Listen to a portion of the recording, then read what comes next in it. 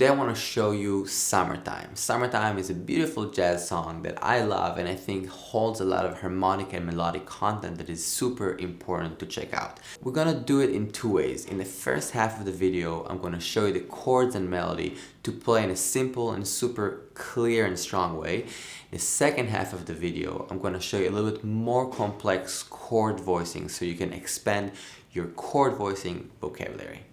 Let's go for it. I'm gonna play one time through the melody and chords, and then I'll explain exactly what I'm doing and how I'm going about it. Check it out.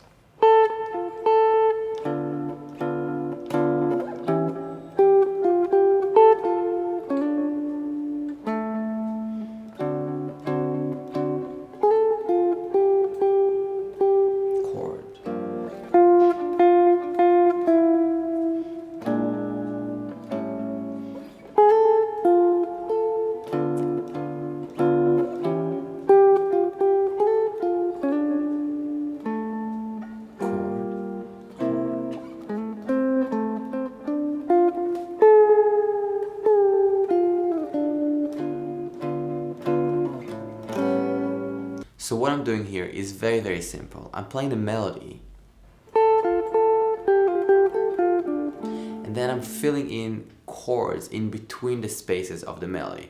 Now I'm really using mainly shell chords, so these are very simple chord shape that holds 1, 3 and 7 that express the chord. If you're not sure about shell chords, check this one.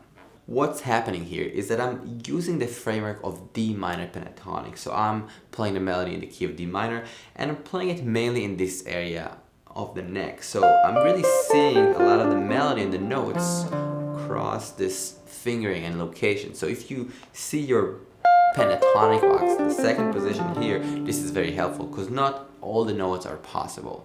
Alright, so let's start phrase by phrase. Get out.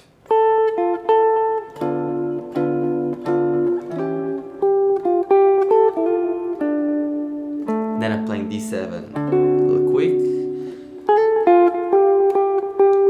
G minor, just shell chords again, 1, 3, 7, super simple, but again, it's so beautiful because the melody is great and the chords are great, so the relationship makes the magic happen. So from that second part to B flat.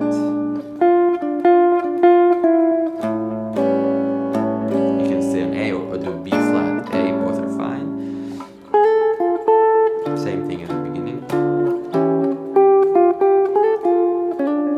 Now, G minor, C7. Again, shell chords, G minor 7, C7.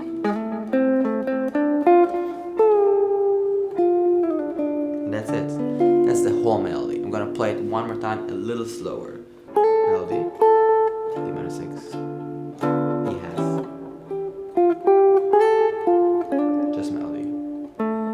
D7, G minor, B flat 7, B flat 7, to A7, the 5, melody.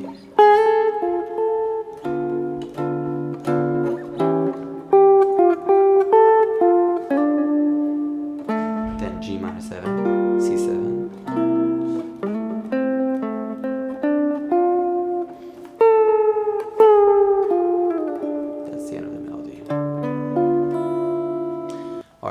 So a very important tool for us is to really know the melody. If we really know the melody and really know the chords separately, this is going to be much easier.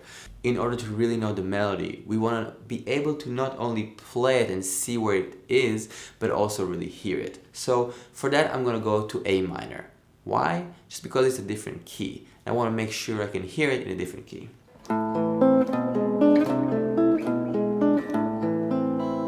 You can think about the lyrics as well. Summertime and the living is easy. Fish are jumping and the cotton is high. Oh, your dad is rich and your mom is good looking.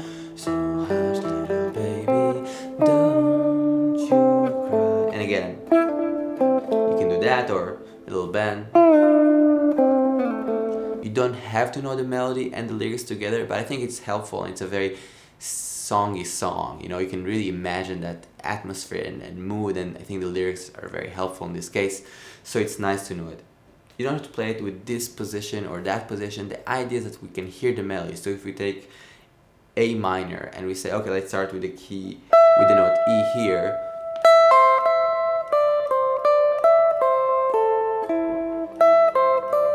I can figure it out. And if it's hard, it's fine. So just take your time and dive into the melody. So try to play it in a few different areas. Start with D minor and then go to other keys as well. Make sure you see it, you hear it, and you understand the relationship between the notes and the key center. All right, now we're gonna go into part 2 of the video. If you made it so far, I guess you do like jazz and guitar. So in this part, I'm really gonna show you a little bit more complex and interesting chord voicings to create that melody, but with a little bit of twist. So check it out. I'm gonna play it up front once and then break it into sections so it's super clear, and I'll explain the thought process as well. There is a PDF with the tabs and notation both for this and the first song on my Patreon. Thanks.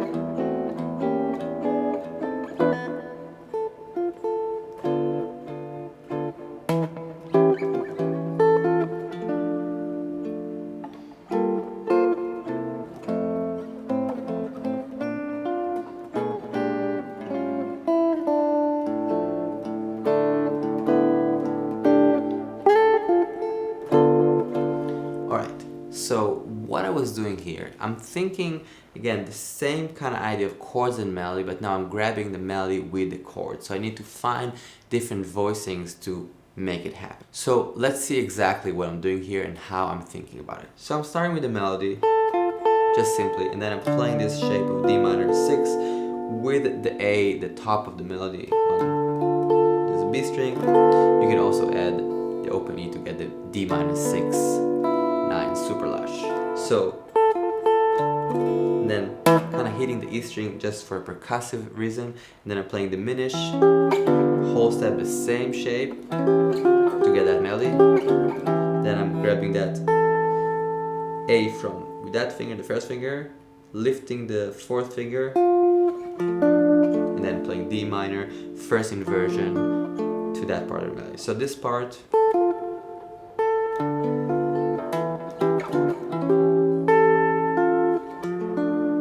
that's it. And then playing D major over A to D7 over A to kind of F sharp diminished, which is basically, again, I'm thinking really about this D7, so this is kind of D7 flat 9, first inversion if you will, but it's just a little sound. And then I'm playing, what's happening here, I'm grabbing these two notes as my melody, so I'm grabbing this A with these fourths, so I'm really still kind of thinking almost D7 still, so this is like my chord. This is pretty wrong, but it still sounds good. So this is all perfect fourths, so it's kind of just like a splash of color.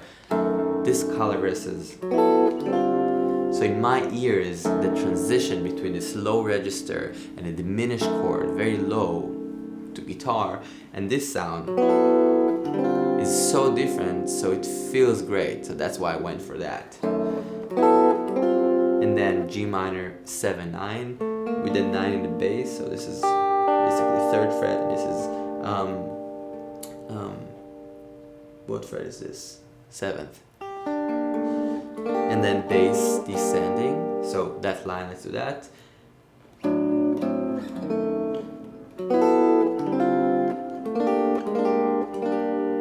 And then in this part, hitting the B flat, playing the diminish, just a little more color, just playing the melody like that, and then E, and then I'm kind of playing this A7 flat 9, this shape, but I'm actually playing E on the bass, so I have a diminished chord. I don't know how I did that, but just like kind of went up to get a little more tension.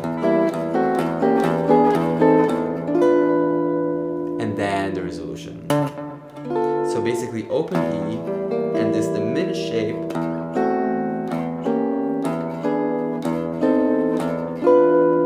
and back to the top. This song is in the form of A, B, A, so now we're doing the second A. So it's the same starting melody. After this,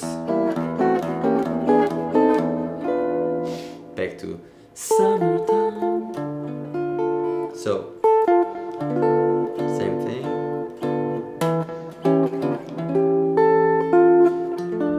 Nothing changed. And now I'm going to the G minor C7. So I played G minor 7, 9.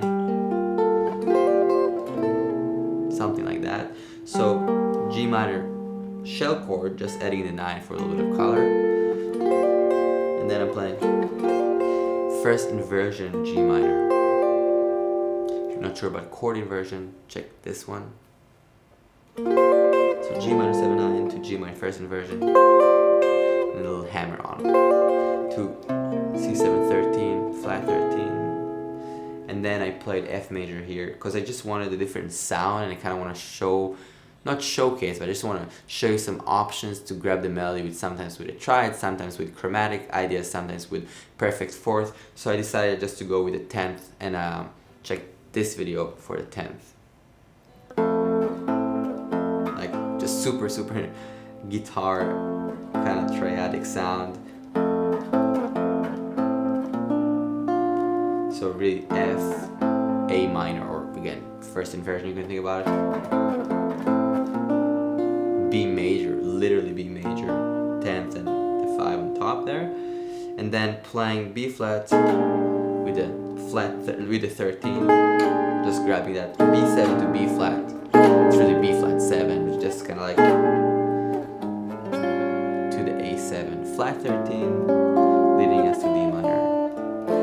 And then here I played this voicing, so basically just a fourth, but I have the A and D, so it's very kind of McCoy Tyner.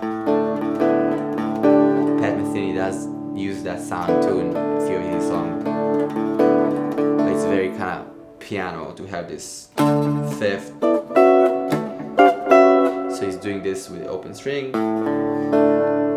I was using that sound of the fourth with the open E, so it's this kind of sound. Then just going and playing A, D, B, E, C, F, and D, G. And that's about it of what I was doing. Like you see, I'm aware of the melody, I'm aware of the chords and the form, and then I'm using repetition, but I'm changing little things. And then if I know it's G minor 7 to C7, maybe I'll add a 9, maybe I'll add a little tension to get some color. And then I'll also think about registers and sounds. So if I had a diminished, I might use fourth. If I used a lot of chromatic chords, maybe now I'll be really simple. You know, so that transition and the contrast creates a lot of interest. I hope this was helpful and fun and cool. Please drop a comment, tell me which is your favorite chord in this video.